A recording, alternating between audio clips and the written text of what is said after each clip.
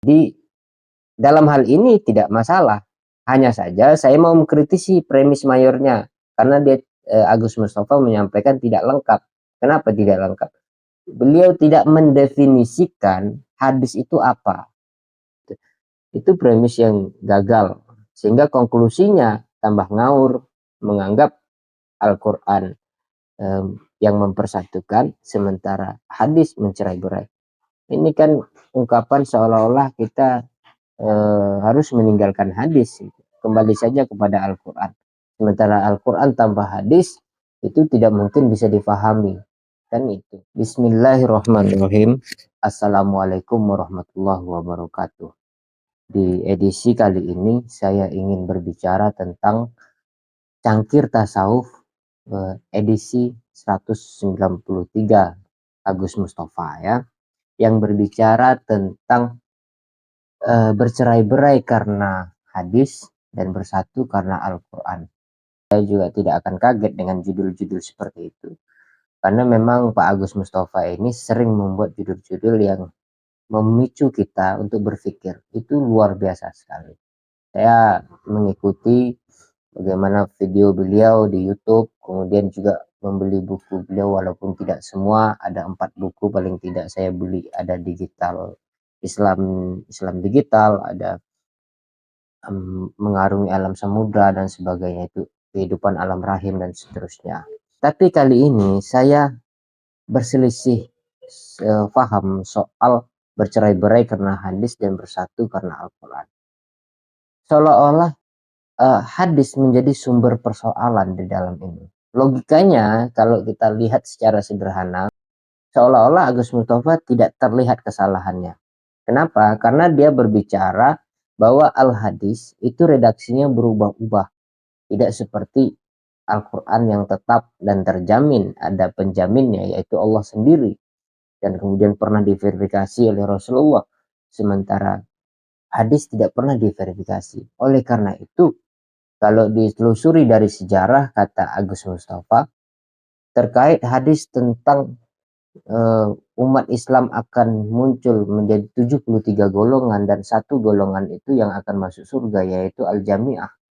Nah, ini yang kemudian dianggap oleh Agus Mustafa sebagai bercerai-berainya umat Islam karena hadis. Kenapa begitu? Karena para sahabat ketika itu menggunakan hadis, atau mungkin dalam tanda petik dalam pikiran Agus Mustafa, para sahabat itu membuat-buat hadis demi kepentingan. Nah, ini yang menjadi keliru dan saya juga ingin berkomentar tentang itu. Nah, paling tidak di dalam video ini, reaction terhadap Cangkir Tasawuf 193 itu ada 3 persoalan yang ingin saya bahas. Ya, sesuai dengan aturan logika sebenarnya. Yaitu ada premis mayor, ada premis minor, dan ada konklusi. Kita lihat bagaimana premis mayor yang dibuat oleh Agus Mustafa terkait Al-Quran dan Al-Hadis. Dan kemudian kita juga lihat bagaimana premis minornya yang dibuat oleh Agus Mustafa terkait histori yang ada di dalam Al-Quran dan Hadis. Dan kemudian kita juga akan lihat bagaimana konklusi atau eksekusi yang diambil, yang dipilih oleh Agus Mustafa dalam menyimpulkan persoalan-persoalan yang diuraikannya sebelumnya, kan gitu. Sehingga judul di dalam YouTube-nya adalah bercerai-berai karena hadis, bersatu karena Al-Quran. Berikut ini akan saya jelaskan. Pertama, di dalam video itu saya sudah membaginya ada 3 bagian, yaitu bagian pembukaan, isi, dan kesimpulan. Pembukaannya adalah yang disebut sebagai premis mayor. Agus Mustafa berbicara di sana tentang deskripsi Al-Quran dan Al-Hadis. Bukan secara definitif, tapi deskripsi. Deskripsi itu lebih luas, mencakup definitif. Kenapa begitu? Karena mengaitkan histori, mengaitkan berbagai elemen di dalamnya. Tidak hanya sekedar menyampaikan Al-Quran itu sebagai wahyu yang dijamin dan sebagainya. Nah, Bagaimana premis mayornya itu, gitu ya. Agus Mustafa mengatakan Al-Quran itu paling tidak unggul 3 hal daripada hadis. Ya, pertama, Al-Quran sebagai rujukan utama yang mutlak. Sementara Al-Hadis adalah rujukan yang kira-kira di bawah Al-Quran. Kan begitu. Nomor 2, di nomor 2 kan. Dalam hal ini mungkin kita masih bisa mengiyakan ya. Masih bisa. Bisa dong. Karena memang tidak mungkin setara hadis dan Al-Quran. Kan gitu. Oke. Karena dia sifatnya mutlak dan Al-Hadis sifatnya pilihan. Kemudian Al-Quran adalah wahyu yang diturunkan langsung oleh Allah melalui malaikat Jibril kepada Nabi. Sehingga di dalamnya itu adalah wasiat atau firman-firman Allah, bukan perkataan Nabi berdasarkan pengalamannya dan sebagainya. Ini adalah firman Allah. Oleh karena itu Allah sendiri yang menjamin Al-Quran, bahkan redaksi, bahkan per kalimat, per kata di dalam Al-Quran itu dijamin, per hurufnya, kan gitu. Yang ketiga keunggulannya adalah Al-Quran diverifikasi langsung oleh Rasulullah di masa hidupnya Rasulullah. Sehingga Rasulullah ketika itu melarang menulis hadis. Yang dianjurkan adalah menulis Al-Quran dan menghafal Al-Quran. Dan tidak boleh menghafal hadis. Kan gitu kira-kira. Nah sementara hadis itu baru tercatat kira-kira 140 tahun setelah Hijriah. Berarti kira-kira ya setelah wafat Nabi kan gitu di zaman Imam Malik, yaitu dalam kitab pertama Al-Muwatta tentang hadis. Nah itu premis mayornya. Jadi dalam hal ini tidak masalah, hanya saja saya mau mengkritisi premis mayornya karena dia Agus Mustafa menyampaikan tidak lengkap. Kenapa tidak lengkap? Beliau tidak mendefinisikan hadis itu apa. Kan begitu. Sementara beliau mendefinisikan Al-Quran apa, sementara hadis tidak. Definisi Al-Quran sebagai wahyu Allah yang turun kepada Nabi melalui malaikat Jibril, ada definisinya. Sementara hadis tidak didefinisikan. Itu tidak fair, saya anggap. Saya kasih definisinya di sini supaya nanti konklusinya juga sekalian gitu ya. Bahwa hadis itu adalah segala sesuatu yang dinisbatkan kepada Nabi lewat baik itu perkataan, perbuatan, dan takrir atau ketentuan Nabi Muhammad SAW. Jadi sehingga kalau ada orang setelah Nabi mengucapkan sesuatu dan menisbatkan ucapannya itu kepada Nabi, maka itu disebut hadis. Nah, terlepas nanti kemudian ketika hadis itu diverifikasi oleh para ulama hadis, oh ternyata penyampainya tidak sikoh dan sebagainya. Makanya perlu membaca ilmu hadis supaya tahu bagaimana di dalam hadis itu ada persoalan, ada apa namanya ketelitian yang sangat ketat di dalamnya ya.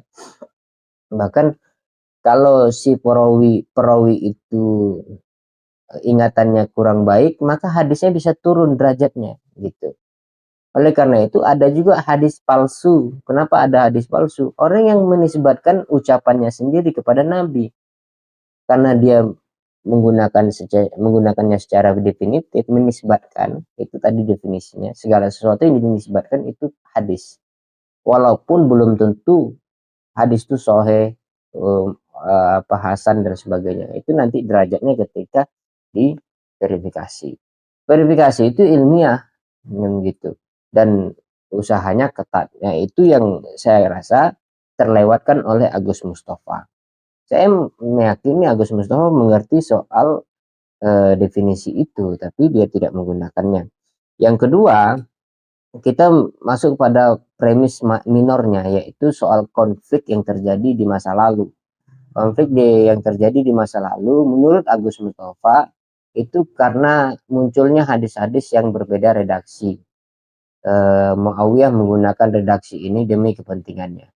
Kaum Khawarij menggunakan hadis atau kalam-kalam yang menisbatkan Rasul yang mengikuti atau hanya condong kepada kepentingan kelompoknya. Dan begitulah kira-kira yang terjadi. Sehingga indikasinya adalah kenapa itu digunakan sebagai kepentingan. Karena Agus Mustafa menganggap karena ada perubahan kalimat, ada perubahan teks di situ. Dan perubahan teks itu mengikuti logika setiap kelompok. Nah, itu menarik. Kita akan masuk pada ranah ini luar biasa jauh nanti. Tapi saya potong saja bahwa di premis minor ini Agus Mustafa juga tidak fair. Bahwa dia tidak menyampaikan konflik tentang Al-Quran. Bagaimana banyak yang kita ketahui bahwa banyak juga orang menggunakan Al-Quran sebagai kepentingan gitu. Mencatut Al-Quran kemudian membuat tafsirnya sendiri. Al-Quran kan sifatnya umum. Masih umum, banyak yang tidak langsung hukumnya, tidak jelas, tidak begitu jelas sehingga perlu ditafsirkan. Nah, tafsirannya itu mengikuti logika kelompok-kelompok juga dan itu banyak terjadi di masa lalu. Apakah itu juga disebut sebagai perpecahan? Nah, ini tidak fair. Agus Mustafa mengambil kasus kecil di dalam hadis tentang konfliknya, tapi tidak mengambil kasus yang sama di Al-Quran tentang konfliknya. Nah, ini yang tidak fair. Kecondongannya itu seolah-olah ingin mengatakan hadis itu perlu diragukan loh. Gitu Agus Mustafa kira-kira gitu. Dan Al-Quran tidak bisa diragukan. Seharusnya, gitu kan? Seharusnya adalah kedua-duanya tidak bisa diragukan. Ada Hasan, ada di hadis ada Hasan, ada Do'if, ada Soheh dan sebagainya. Itu kan sudah diverifikasi. Kenapa kita harus ragu persoalan itu? Kalau kita ragu dengan hadisnya, maka gunakan metode mustalah atau gunakan metode ilmu hadis untuk memverifikasi. Silakan. Bukan berarti kita menganggap nah di kesimpulan ini bagian yang ketiga bahwa Agus Mustafa membuat kesimpulan konklusi setelah kita berbicara premis mayor, premis minor dan konklusi. Konklusinya tambah ngaco karena premis mayor dan minornya tidak lengkap. Mengambil bagian-bagian yang dianggap konflik saja, yang dianggap kontroversi saja. Konklusinya apa? Konklusinya adalah menurut Agus Mustafa di dalam Al-Quran menyerukan persatuan-persatuan sehingga bisa dimaknai bahwa Al-Quran itu mempersatukan. Sementara hadis berdasarkan sejarah tadi banyak seruan yang berhubungan dengan kepentingan kelompok. Sehingga bisa dikatakan bahwa hadis itu mencerai-beraikan umat. Tentang misalnya 73 golongan. Di Al-Quran tidak ada menyebutkan 73 golongan.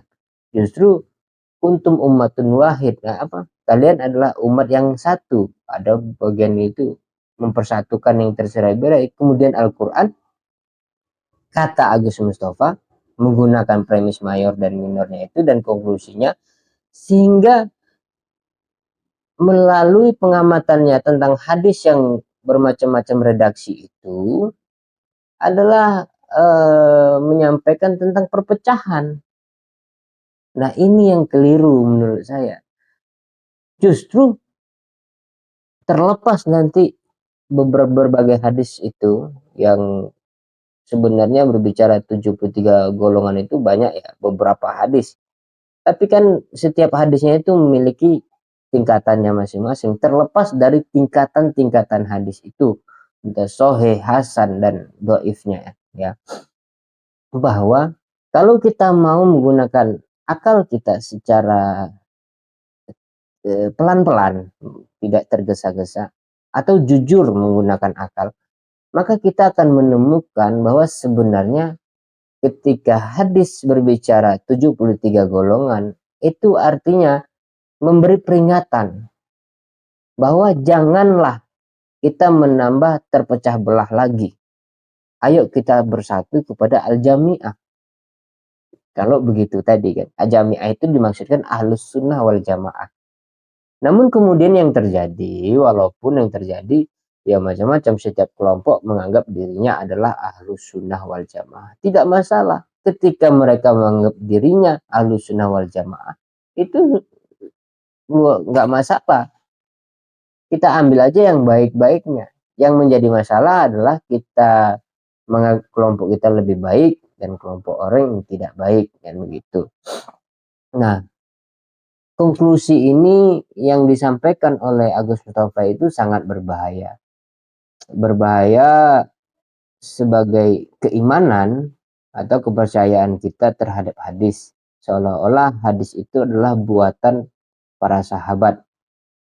Hadis itu adalah ucapan yang disampaikan Rasul atau perbuatan yang pernah dilakukan oleh Rasul atau ketetapan yang pernah terjadi pada Rasul yang ditangkap oleh sahabat menggunakan akal mereka, sehingga redaksi itu terkadang yang memang para sahabat yang buat gitu, kecuali hadis itu melalui kalam, para sahabat akan mengingat kalam itu, walaupun ingatan para sahabat berbeda-beda kualitasnya.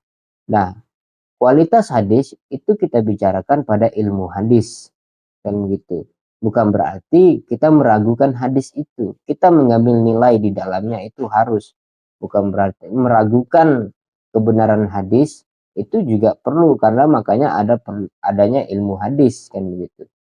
Tapi kalau menganggap ilmu hadis atau menganggap hadis itu adalah sumber perpecahan, saya rasa Agus Mustafa keliru besar dalam hal ini. Akhirnya saya sampai pada kesimpulan bahwa seru sekali mengikuti kajian Agus Mustafa terkait cangkir tasawufnya dalam episode-episodenya. Selalu memicu kita untuk berpikir. Hanya saja di dalam hal ini saya kritik bagaimana Agus Mustafa gagal memberi kesimpulan, karena itu terjadi karena premis mayor dan minornya itu tidak lengkap. Tadi di premis mayor mendefinisikan Al-Quran secara sempurna, sementara hadis tidak didefinisikan secara sempurna. Kemudian di dalam premis minornya beliau menceritakan konflik yang terjadi dari dalam hadis, tapi tidak menceritakan konflik yang terjadi di dalam Al-Quran. Ya, peristiwa waktu itu pasca meninggalnya Nabi, kan begitu. Itu premis yang gagal, sehingga konklusinya tambah ngawur, menganggap Al-Quran yang mempersatukan, sementara hadis mencerai-berai. Ini kan ungkapan seolah-olah kita harus meninggalkan hadis, kembali saja kepada Al-Quran. Sementara Al-Quran tanpa hadis itu tidak mungkin bisa difahami, kan itu.